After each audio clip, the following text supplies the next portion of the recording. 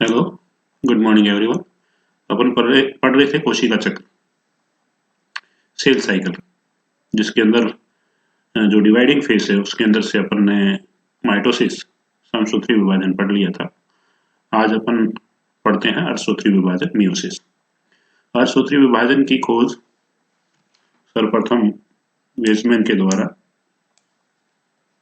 की गई थी, परंतु इसका जो नामांकन है, ठीक है ना, जो प्रोसेस है, प्रक्रिया है, उसकी खोज वेजमैन ने की थी। जो नाम है मियोसिस, वो फॉर्मर और मूरे के द्वारा 1905 के अंदर दिया गया था। ठीक है ना, फॉर्मर एंड मूरे ने मियोसिस जो शब्द है वो फॉर्मर एंड मूरे ने दिया है, और जो प्रक्रिया है, प्रोसेस है, सूत्री विभाजन कैसे होता है, वो वेजमैन के द्वारा लिखा गया। इस प्रकार का कोशिका विभाजन केवल, तो इस प्रकार का जो कोशिका विभाजन है जो कि अर्धसूत्री होता है, वो सिर्फ जर्म सेल्स में होता है, यानी कि जनन कोशिकाओं।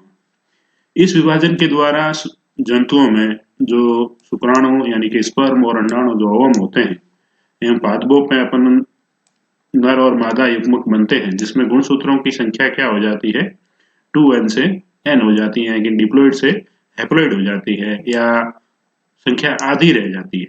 ठीक है ना, 2n से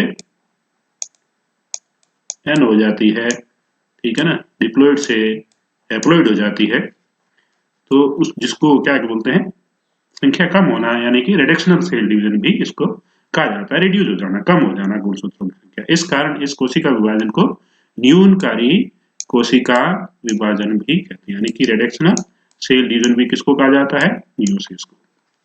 गुणसूत्रों की संख्या का आधा होना युग्मों के निर्माण के समय होता है। तो गुणसूत्रों की संख्या कब आधी होती है, जब गैमेट फॉर्मेशन होता है, युग्मकों का निर्माण होता है, तब, जिनको युग्म जनन गैमेटोजेनेसिस कहा जाता है। यानी कि जब युग्मक बनते हैं, युग्मक जनन मतलब जहाँ युग्मक बनते हैं, इंग्लिश में उसको गैमेटोजेनेसिस कहते हैं, यानी कि गैमेट फॉर्मेशन होता है, तब गुणसूत्रों की संख्या आधी होती है। युग्मों में सामान्य गुणसूत्र संख्या संख्या की आधी ही संख्या मौजूद रहती है। इस कारण इस अगुणित कोशिका हैप्लॉइड सेल कहते हैं। इसलिए इसको क्या कहा जाता है, हैप्लॉइड सेल कहा जाता है। किसको, अंडाणु को, शुक्राणु को, जो कि युग्मक होते हैं। और युग्मक में हमेशा आपको ज्यादातर जो जिनके अंदर मतलब पॉलीप्लॉइडी इस प्रकार के होते हैं, तो वो हो सकते हैं डिप्लॉइड हो, नहीं तो जो युग्मक है वो ज्यादातर हैप्लॉइड ही होते हैं। इस कारण अगुणित युग्मक बनते हैं। अगुणित कोशिका में गुणसूत्रों की केवल एक ही प्रतिलिपि मौजूद होती है।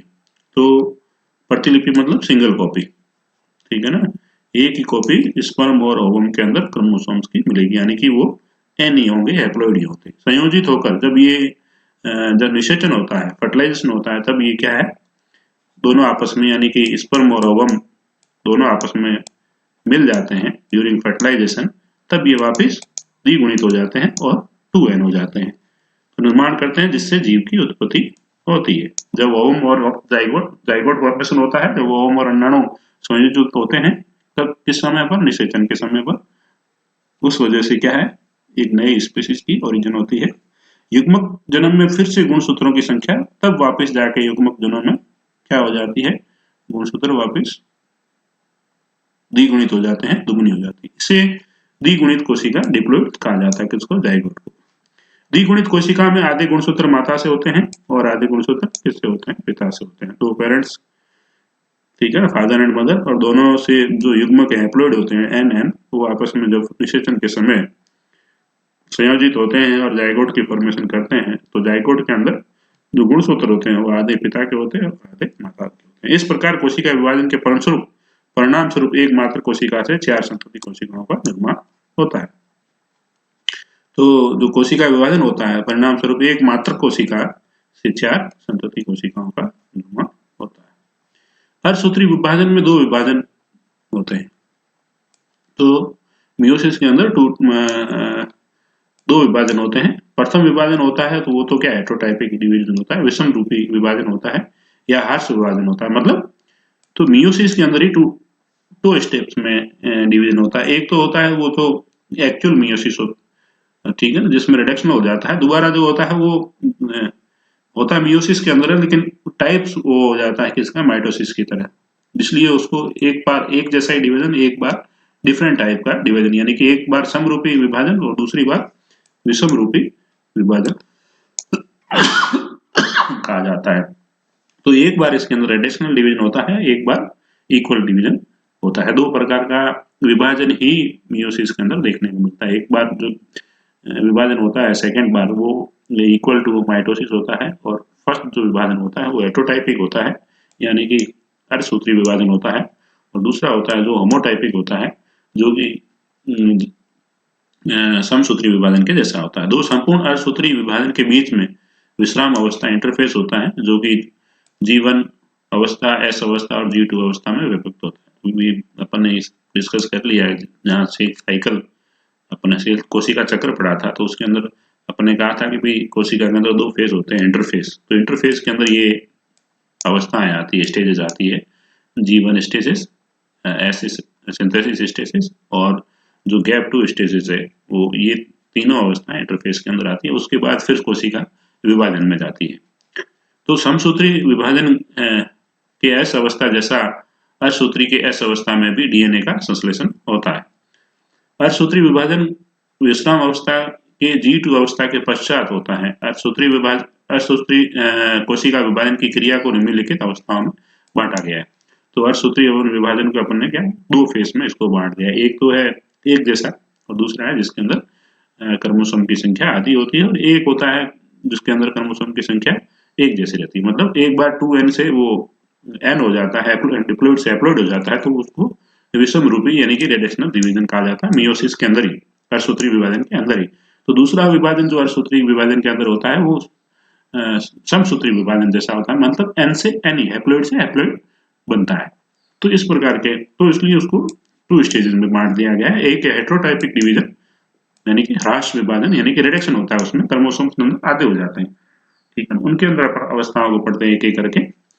तो फर्स्ट मियोसिस, जिसके अंदर प्रोफेज फर्स्ट एक लंबी अवस्था है। माइटोसिस की तुलना में मियोसिस की पूर्व अवस्था काफी लंबी होती है।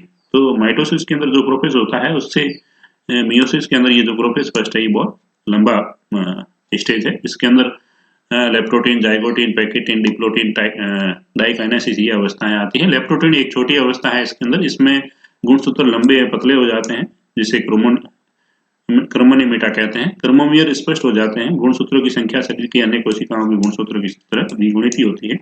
जाइगोटीन इस अवस्था में समजात गुणसूत्र जोड़ों में व्यवस्थित हो जाते हैं। जो होमोलोगस क्रोमोसोम्स है वो व्यवस्थित हो जाते हैं और लंबाई में एक दूसरे से सट जाते हैं। इन जोड़ों गुणसूत्रों को बाइवेलेंट कहते हैं। तो जो समजात, जैसे ये एक जैसे हैं, ठीक है ना, होमोलोगस क्रोमोसोम, यानी कि मान ले अपन कहें कि जैसे ऑटोसोम्स भी होमोलोगस है, मेल का फीमेल का, तो उस टाइप के जो होते हैं जो एक ही जैसे होते हैं उनको होमोलोगस कहा जाता है। तो इस अवस्था में समजात जोड़ों में व्यवस्थित हो जाते हैं और वे लंबाई में एक दूसरे से सट जाते हैं। इन गुणसूत्रों को बाइवेलेंट कहा जाता है, ठीक है। सेंट्रियोल एक दूसरे से अलग होकर केंद्र के विपरीत ध्रुवों की ओर चले जाते हैं। तंतु एवं एस्टर का निर्माण प्रारंभ होता है। प्रोटीन एवं आरएनए संश्लेषण के फलस्वरूप केंद्रिका बड़ा हो जाता है। तो ये जाइगोट प्रोफेज की जो स्टेज है जाइगोटिन, उसमें ऐसा होता है। उसके बाद आता है पैकेटिन। इस अवस्था में जोड़े जो गुणसूत्र है बाइवेलेंट सिकुड़ कर छोटे मोटे हो जाते हैं और इसके अतिरिक्त जोड़े गुणसूत्रों का प्रत्येक गुणसूत्र लंबाई में विभाजित हो जाता है। इसके फलस्वरूप प्रत्येक जोड़े गुणसूत्र बाइवेलेंट में 4 क्रोमैटिड्स होते हैं। तो ये बाइवेलेंट होते हैं, क्रोमैटिड्स 4 होते हैं, जो अपन ने यहाँ पिछली स्लाइड में ये जो डायग्राम देखा। तो ये क्या है, ये एक होमोलोगस ये इसका होमोलोगस, दोनों एक जैसे हैं इसलिए होमोलोगस कहा गया है, ठीक है ना। तो ये पूरा क्या कहलाएगा, ये कहलाएगा बाइवेलेंट, क्योंकि ये दो क्रोमोसोम है, पहला क्रोमोसोम ये दूसरा क्रोमोसोम, ठीक है ना। तो इसमें क्रोमैटिड्स क्या है, जैसे ये एक क्रोमैटिड, ये एक क्रोमैटिड है, तो ये दूसरा क्रोमैटिड। तो एक क्रोमोसोम के अंदर एक क्रोमैटिड्स का भी हो सकता है और दो क्रोमैटिड्स का भी होता है। तो ये टोटल कितने हो गए, 1 2 3 और ये 4 क्रोमैटिड्स हो गए, ठीक है ना। तो एक क्रोमोसोम के अंदर 2 क्रोमैटिड भी हो सकते हैं और एक क्रोमैटिड भी हो सकता है। तो ये बाइवेलेंट है ना, ये दो, ठीक है। ये स्टेज क्या कहलाएगी, बाइवेलेंट कहलाएगी, और इसके अंदर 4 क्रोमैटिड्स होंगे, 1 2 3 और 4, ठीक है ना। तो 4 क्रोमेटिड्स हो जाते हैं और अब ये टेट्रावैलेंटेड्स कहलाता है, ठीक है ना। तब ये क्या कहलाता है, टेट्रावैलेंट कहलाता है। 4 क्रोमेटिड्स होते हैं, बाइवैलेंट, टेट्रावैलेंट। इनमें 2 मात्र तथा 2 पितृ क्रोमेटिड्स होते हैं। इसमें क्या होता है, 2 मात्र और 2 पितृ क्रोमेटिड्स होते हैं। कभी कभी मात्र और पितृ क्रोमेटिड एक या ज्यादा स्थानों पर एक दूसरे से क्रॉस करते हैं। इस बिंदु पर मात्र या पितृ क्रोमेटिड्स टूट जाते हैं। तो एक या एक से ज्यादा स्थानों पर यदि उनके अंदर क्रॉसिंग ओवर होता है तो वहां पर ब्रेकिंग होने के चांसेस, टूटने के चांसेस क्रोमेटिड्स के होते हैं। एक क्रोमेटिड का टूटा हुआ भाग दूसरे क्रोमेटिड के टूटे स्थान पर जुड़ जाता है, इस क्रॉसिंग ओवर कहते हैं। तो यहाँ पर क्या है, जेनेटिक मटेरियल जो एक्सचेंज हो गया, जो होमोलोगस क्रोमोसोम्स आपस में जुड़े थे, तो होमोलोगस किसका, एक माता का एक पिता का, यानी कि जो क्रोमोसोम्स क्रॉसिंग ओवर कर रहे हैं वो एक दूसरे के होमोलोगस है, मतलब एक दूसरे से मिलते जुलते हैं और आपस में क्रॉसिंग ओवर कर रहे हैं। सेम साइज के, सेम आकार के, सेम लंबाई के जो होते हैं वो होमोलोगस क्रोमोसोम्स कहलाते हैं। तो माता का और पिता का जो क्रोमोसोम आपस में नजदीक आए और उन्होंने अपना जो जेनेटिक मटेरियल है वो एक्सचेंज किया, तो उसको क्या कहते हैं, क्रॉसिंग ओवर कहा जाता है। तो ये प्रक्रिया कहाँ होती है, पैकेटिन अवस्था में देखने को मिलती है, प्रोफेज फर्स्ट, मियोसिस फर्स्ट में। Diplotene stage of prophase first. Diplotene इस अवस्था को प्रारंभ उसी समय हो जाता है जिस समय बाइवैलेंट के समजात गुणसूत्र क्रोमोमीर विभाजित होकर टेट्रावैलेंट बना लेते हैं। तो ये अवस्था कहाँ शुरू हो जाती है, जब ये टेट्रावैलेंट दोनों समजात जो क्रोमोसोम्स है वो आपस में नजदीक आते हैं और टेट्रावैलेंट, वो समजात गुणसूत्र अलग होने लगते हैं, परंतु जोड़े के 2 सदस्य पूर्ण रूप से अलग नहीं हो पाते, क्योंकि ये एक्स के रूप में उलझे रहते हैं। इस स्थान को क्याजमाटा कहा जाता है जब ये क्रॉसिंग ओवर होता है, ठीक है ना। इस तरह से जब आपस में क्रॉसिंग ओवर होता है तो ये क्या है, आपस में उलझे हुए रहते हैं, एक्स लाइक स्ट्रक्चर इनका बना हुआ रहता है, अलग नहीं हो पाते हैं। तो इस अवस्था क्या कहा जाता है, कियाजमाटा स्टेज कहा जाता है, ठीक है ना। तो ये कियाजमाटा जो अवस्था है ये आपको डिप्लोटिन में देखने को मिलती है, और जो क्रॉसिंग ओवर है वो पैकेटिन में होता है। तो ये अलग नहीं हो पाते, मतलब अलग होने की तैयारी में ही होते हैं, लेकिन पूर्णतः ये अलग नहीं हो पाते हैं। तो इस स्टेज को क्या कहता है, एक्स रूप से उलझे हुए दिखाई देते हैं, तो इस स्थानों को कियाजमाटा, तो ये स्टेज है ये क्या कहलाती है, कियाजमाटा कहलाती है। डाइकानेसिस, इस अवस्था में बाइवैलेंट और अधिक छोटे हो जाते हैं, ठीक है, और वे केंद्र की दीवार के निकट चले जाते हैं, केंद्र कला एवं केंद्रिका लुप्त हो जाती है। तो यहाँ पर क्या होता है, जो न्यूक्लियोप्लाज्म है, ठीक है ना, और न्यूक्लियस है, वो धीरे धीरे सेंट्रोसोम अलग हो जाते हैं और जो स्पाइंडल फाइबर है, तर्कु तंतु का निर्माण शुरू हो जाता है, यानी कि स्पाइंडल फाइबर फॉर्मेशन चालू हो जाता है, कियाजमाटा की संख्या धीरे धीरे कम होने लगती है। तो ये सारी जो स्टेजेस है यहाँ आपने देखने को मिलेगी। प्रोफेज फर्स्ट में लिप्टोटिन, न्यूक्लियर मेम्ब्रेन, धीरे धीरे zygotene, formation of bivalent chromosomes, ठीक है ना। पैकेटिन, जहाँ यहाँ पर क्रॉसिंग ओवर होता है, जेनेटिक मटेरियल है वो एक्सचेंज होना शुरू हो जाता है, ठीक है ना। डिप्लोटिन, ये धीरे धीरे अलग होने लगते हैं, लेकिन अलग नहीं हो पाते हैं पूर्णतः। तो यहाँ पर कियाजमाटा फॉर्मेशन, यहाँ पर आपको जो क्रॉसिंग ओवर मिलेगा किसके अंदर, पैकेटिन के अंदर। तो ये लिप्टोटिन एक एक अवस्था देख लें, कंडेंसेशन ऑफ क्रोमोसोम धीरे धीरे दिखाई देने लगते हैं, ठीक है ना।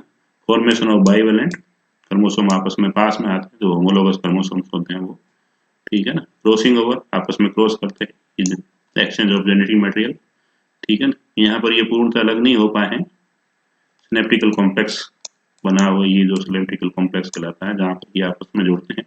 डाइकानेसिस, पूर्णतः जब ये डिसोल्यूशन ऑफ न्यूक्लियर मेम्ब्रेन, जो केंद्र की झिल्ली है, वो धीरे धीरे लुप्त होने लगती है और ये क्रोमोसोम आपस में एक दूसरे से दूर हो जाते हैं और इन्होंने अपना जेनेटिक मटेरियल एक्सचेंज कर लिया है, ठीक है ना। इसने अपना पार्ट इसको दे दिया और इससे अपना पार्ट ले लिया है। ये स्टेज मियोसिस फर्स्ट की, प्रोफेज फर्स्ट अवस्था की जितनी भी जो अवस्था है उनके अंदर होने वाली प्रक्रिया है वो आपको इस स्लाइड के अंदर दिख रही है। इसके बाद जो मियोसिस फर्स्ट के अंदर है वो मेटाफेज फर्स्ट। इस अवस्था में प्रत्येक बाइवैलेंट के सदस्य सेंट्रोमियर द्वारा तर्कु तंतुओं के बीचों बीच जुड़े रहते हैं। एक सेंट्रोमियर दूसरे सेंट्रोमियर के सामने स्थित होता है। इस प्रकार बाइवैलेंट तर्कु के बीचों बीच अर्थात मध्य रेखा पर व्यवस्थित हो जाते हैं, मतलब इक्वेटोरियल लाइन पे ये आ जाते हैं। एनाफेज फर्स्ट के अंदर इस अवस्था में बाइवेलेंट्स के सदस्य विकर्षण मतलब रिप्लेशन होता है, फलस्वरूप कोशिकाएं दोनों ध्रुवों की ओर खिसकने लगती है। तो इसके इस समय क्या होता है, रिपल्सन वाला विकर्षण होता है। तो क्रोमोसोम्स पहले इक्वेटर पे बीचों बीच आ गए थे, फिर ये एक पोलार की तरफ जाने लगते हैं, एक दक्षिणी ध्रुव की तरफ जाता है, दूसरा उत्तरी ध्रुव की तरफ चला जाना शुरू हो जाता है। तो गुणसूत्र बिल्कुल अलग हो जाते हैं और कोशिका के दोनों ध्रुवों पर चले जाते हैं। किस समय, एनाफेज फर्स्ट यानी मियोसिस फर्स्ट के, प्रोफेज फर्स्ट के, एनाफेज फर्स्ट में। टेलोफेज ये क्रिया गुणसूत्र विभाजन यानी माइटोसिस की अंत्यावस्था के समान ही होती है। अब प्रत्येक गुणसूत्रों को दोनों क्रोमोटिड एल ये खींचने लगते, एल और वी शेप्ड के ये इसलिए हो जाते हैं कि जब जो क्या कहते हैं स्पाइनल फाइबर यानी कि तरकू तंतु है जो, वो जब अपने आप को एक तरफ खींचते हैं तो जो उसका जो सेंट्रोमियर होता है वो खींचता है, बाकी वाले जो उसके क्रोमोटिड्स है वो एक साइड में ही रह जाते हैं। तो इसलिए ये जब खींचता है तो ये इस शेप का हो जाता है। तो ये क्या है, यहाँ पर जो सेंट्रोमियर है तो ये इसको क्या कर रहे हैं, तंतु खींच रहे हैं, तो ये इस आकार का उसमें दिखाई देने लगता है टेलोफेज फर्स्ट किस्म में। साइटोकाइनेसिस इसके जस्ट पश्चात जो है कोशिका द्रव्य विभाजन होता है, ठीक है ना। ये उसी प्रकार का होता है जिस प्रकार का आपने समसूत्री विभाजन के अंदर दिखा था। इसके परिणाम स्वरूप दो संतति कोशिकाएं बनती हैं जिसमें गुणसूत्रों की संख्या मात्र की ठीक आधी हो जाती है। तो यहाँ पर जो मियोसिस फर्स्ट है वो रेडिक्शनल डिवीजन था, ठीक है ना, जिसके अंदर हैप्लॉइड डिप्लॉइड से जो क्या हो गया, जो सेल है वो हैप्लॉइड हो गई। जो आप मियोसिस फर्स्ट का interface, prophase first, metaphase first, anaphase first, ठीक है ना, वही प्रक्रिया जो आपने पिछली इस स्लाइड में देखी थी, इसको एक मोटे रूप से अपन देख लेते हैं। ये सेंट्रोमियर है विद सेंट्रियोल पेयर, न्यूक्लियस है, क्रोमोटिन, न्यूक्लियर इनवॉल्व, क्रोमोसोम्स डुप्लीकेट, ठीक है ना, कियाजमाटा स्पाइंडल बनने शुरू हो गए हैं, ठीक है ना यहाँ पर।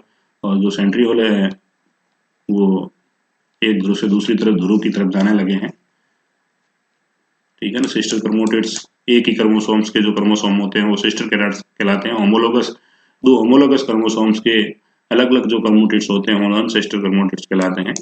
जब जो क्रॉसिंग ओवर होता है वो occurs in between the homologous chromosomes of their non sister chromatids. Non sister chromatids के बीच में, जैसे ये इसका ये क्रोमोटिड्स और ये इसका क्रोमोटिड्स, ये क्या है, नॉन सिस्टर क्रोमोटिड्स है, जबकि ये दोनों आपस में सिस्टर क्रोमोटिड्स। ये टेट्राड अवस्था है, ठीक है ना। Synapses pairing homologous tetrad stage. अब ये कहाँ आ गए, इक्वेटर पे आ गए और ये फिर पोलर की तरफ जाने लगते हैं, ठीक है ना। Homologous chromosome separates the pair of homologous chromosome split. तो यहाँ पर क्या है, विकर्षण देखने को मिलता है, ये इस तरफ जाने लगते हैं और ये इस तरफ जाने लगते हैं। और यहाँ पर ये बीच में स्पाइनल इसको जो तरक तंतु है वो एक तरफ खींचते हैं तो ये वी आकार का देखने को मिलता है, जो यहाँ पर क्रोमोसोम्स देखने को मिलते हैं। इंटरफेस स्टेज में फिर ये ह्रास रिडक्शनल जो डिवीजन है, ह्रास विभाजन यानी जो कम हो जाते हैं क्रोमोसोम्स, आधे हो जाते हैं। समसूत्री विभाजन के बीच की अवस्था को विश्राम अवस्था कहते हैं। इस अवस्था में डीएनए को अनुकूलीकरण यानी कि रेप्लिकेशन नहीं होता। इसके शीघ्र पश्चात कोशिका समसूत्री विभाजन मियोसिस सेकंड की अवस्था में चली जाती है, ठीक है। तो उसको जो मियोसिस फर्स्ट था उसके पश्चात क्या होता है, इंटरफेज आता है, लेकिन इंटरफेज में किसी प्रकार का रेप्लिकेशन देखने को नहीं मिलता है। क्योंकि मियोसिस फर्स्ट था वो रेडिक्शनल डिवीजन था, रेडिक्शनल डिवीजन से फिर वो इक्वेशनल डिवीजन यानी कि मियोसिस सेकंड जाने के लिए बीच में एक इंटरफेस आता है जिसके अंदर किसी प्रकार का अनुलिपिकरण नहीं होता डीएनए का, और उसके पश्चात ये मियोसिस सेकंड में जाता है। तो ये समरूपी विभाजन जिसको कहते हैं, मियोसिस जो सेकंड होता है यानी कि जो अर्धसूत्री विभाजन है सेकंड टाइप, वो उसके अंदर गुणसूत्र आधे नहीं होते, ठीक है ना। तो होमोटाइपिक डिवीजन है ये समसूत्री विभाजन, माइटोसिस के जैसा है। द्वितीयक जो अर्धसूत्री विभाजन है वो किसके जैसा है, माइटोसिस के जैसा है, जिसके अंदर एन में ही रहता है। ये समसूत्री विभाजन जैसा ही होता है जिसमें समसूत्री विभाजन की तरह अवस्थाएं होती हैं। प्रथम अर्धसूत्री विभाजन के पूर्ण होने के पश्चात द्वितीय अर्धसूत्री विभाजन प्रारंभ हो जाता है। द्वितीय अर्धसूत्री विभाजन में 4 अवस्थाएं पाई जाती है। प्रोफेज सेकंड, इस अवस्था में क्रोमैटिन जाल संघनित होकर गुणसूत्रों के रूप धारण कर लेता है, गुणसूत्र मोटे और घने हो जाते हैं। मेटाफेज सेकंड, इस अवस्था में केंद्रिका एवं केंद्रक झिल्ली गायब हो जाती है, ठीक है ना। जो मेम्ब्रेन है न्यूक्लियस की वो धीरे धीरे डिसअपियर होने लग जाती है। गुणसूत्रों के सेंट्रोमियर दो भाग में विभक्त हो जाते हैं, ठीक है ना, सेंट्रोमियर है जो, किंतु वे अलग नहीं होते हैं। प्रत्येक गुणसूत्र के दोनों क्रोमोटिड्स केवल द्विगुणित सेंट्रोमियर द्वारा जुड़ जाते हैं। तर्कु स्पाइंडल फाइबर बनने स्पाइंडल जो फाइबर है वो बन जाती हैं और गुणसूत्र तर्कुकाया के मध्य रेखा यानी कि इक्वेटर पे आके सेंट्रोमियर द्वारा एक दूसरे से चिपक रेखा पर सेंट्रोमियर द्वारा चिपक जाते हैं। एनाफेज सेकंड, इस अवस्था में गुणसूत्र के सेंट्रोमियर विभाजित हो जाते हैं। एक गुणसूत्र के दोनों क्रोमोटिड्स अलग होकर दो गुणसूत्र बना लेते हैं।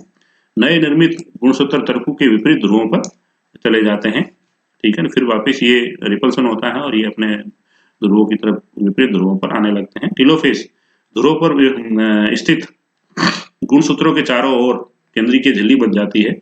केंद्रिका, अब यहाँ क्या हुआ, एक क्या ध्यान रखने वाली आपको बात है मियोसिस फर्स्ट और मियोसिस सेकंड में। जो मियोसिस फर्स्ट होता है तो वहां पर न्यूमेरिकली जो क्रोमोसोम है, यानी कि मान ले अपन के डिप्लॉइड से हैप्लॉइड हो रहे हैं, मान ले अपन ह्यूमन के अंदर देखें तो क्या है 46 क्रोमोसोम है, तो वो 23 हो जाते हैं, न्यूमेरिकली कम हो जाते हैं, संख्या से कम होते हैं। लेकिन अपन ने जहाँ समसूत्री विभाजन पढ़ा था वहाँ वो संख्या से कम नहीं होते हैं, लेकिन वो स्ट्रक्चरली हाफ हो जाते हैं, ठीक है ना। वो बाइवलेंट थे वो मोनोवैलेंट हो जाएंगे। तो यहाँ पर जो मियोसिस फर्स्ट था तो वहां पर क्या हुआ, वो बाइवलेंट के बाइवलेंट रहे, ठीक है ना। क्रोमोसोम्स जो जिसके अंदर दो क्रोमोटिड्स है वो दो क्रोमोटिड्स का ही क्रोमोसोम रहा, ठीक है ना, दो क्रोमोटिड का ही क्रोमोसोम्स रहा। लेकिन 46 से 23 हो गए मियोसिस फर्स्ट में। जबकि जो मियोसिस सेकंड है यहाँ क्रोमोसोम 23 है, वो दो क्रोमोटिड्स का है, लेकिन वापिस क्रोमोसोम 23 हो जाते हैं, लेकिन क्रोमोटिड्स दो क्रोमोटिड क्या कहते हैं, क्रोमोसोम दो क्रोमोटिड्स का नहीं रहता, एक क्रोमोटिड्स का रहता है मियोसिस सेकंड के अंदर। तो टेलोफेज जो सेकंड है, ध्रुवों पर स्थित गुणसूत्रों को चारों ओर केंद्रीय झिल्ली बन जाती है टेलोफेज सेकंड में। केंद्रिका का निर्माण पुनः शुरू हो जाता है, ठीक है। इस प्रकार एक गुणित केंद्रक चार गुणित केंद्रक बना जाते हैं। तो जो एक था सिंगल न्यूक्लियस था उससे 4 न्यूक्लियस बन जाते हैं। इसके पश्चात कोशिका द्रव्य का विभाजन होता है जिसको साइटोकाइनेसिस कहते हैं, तथा एक कोशिका से दो कोशिकाएं बन जाती है। इस प्रकार असूत्री विभाजन के पूर्ण होने के पश्चात एक द्विगुणित कोशिका जिसके अंदर 2n 4 अगुणित कोशिकाओं का निर्माण होता है। तो 2n था, ठीक है ना। 2n से पहले मियोसिस में क्या हुआ, यहाँ पर 46 क्रोमोसोम थे, ठीक है ना। और वो, ठीक है ना, अपन इसको ऐसे और ऐसे माने 46, इसको दो में और ऐसे ही लेते हैं, ठीक है ना। 46 आगे यहाँ आप देखें जैसे इंटरफेस, ठीक है ना, 46 थे, 46 से 23 हो गए।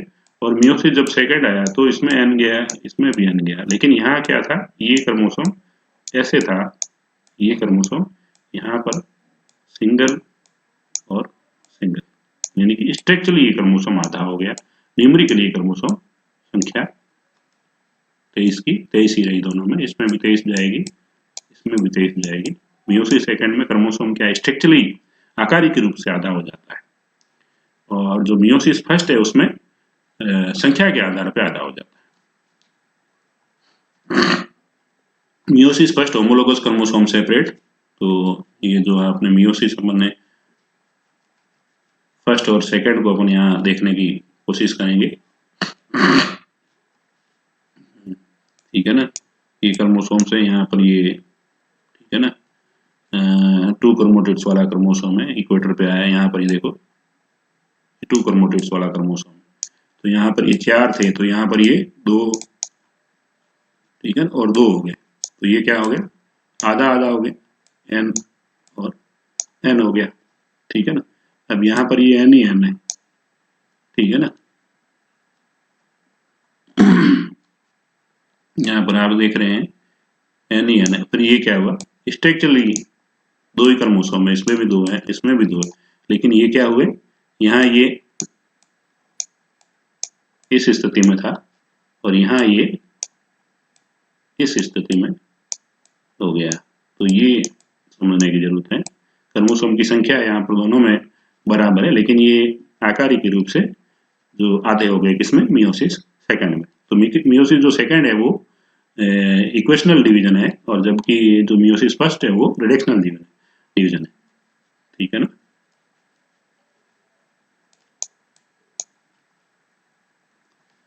अर्धसूत्री विभाजन का सिग्निफिकेंस ऑफ मियोसिस। अर्धसूत्री विभाजन का निम्नलिखित महत्व है। गुणसूत्रों की संख्या का न्यूनीकरण हो जाना, reduction in the number of chromosomes.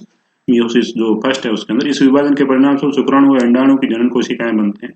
तो मियोसिस की वजह से फॉर्मेशन ऑफ गैमेट्स का फॉर्मेशन होता है, जो युग्म जनन है उनका निर्माण होता है शुक्राणु, जिनमें गुणसूत्रों की संख्या आधी होती है। निषेचन के बाद बनी कायिक कोशिकाओं में फिर गुणसूत्रों की संख्या दुगुनी हो जाती है और जनकों में सामान्य संख्या होती है।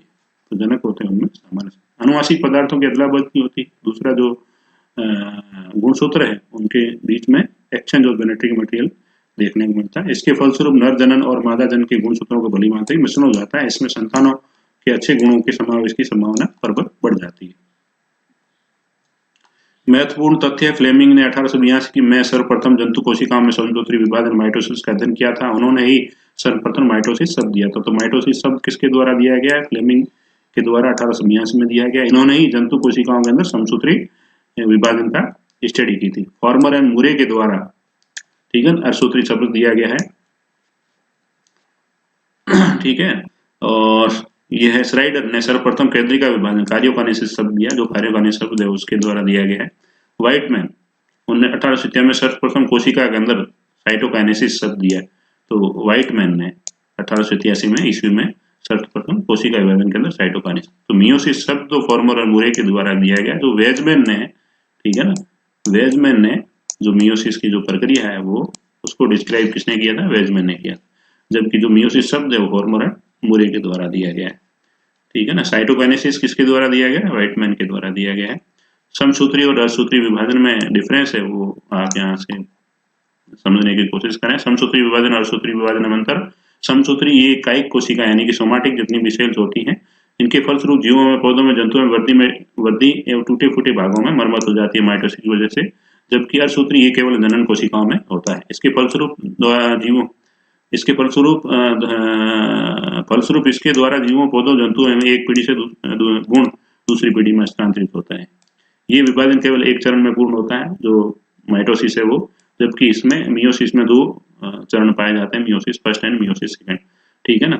माइटोसिस इस विभाजन में क्रॉसिंग ओवर नहीं देखने को मिलता, जबकि यहाँ पर क्रॉसिंग और अर्ध गुणसूत्रों के क्रोमेटिड आदान प्रदान क्रॉसिंग ओवर पाया जाता है। वो अपना पार्ट को एक्सचेंज करते हैं, जेनेटिक मटेरियल एक से दूसरे में स्थानांतरित होता है। इस माइटोसिस इस विभाजन में पूर्वावस्था प्रोफेज अपेक्षाकृत छोटी होती है माइटोसिस के अंदर।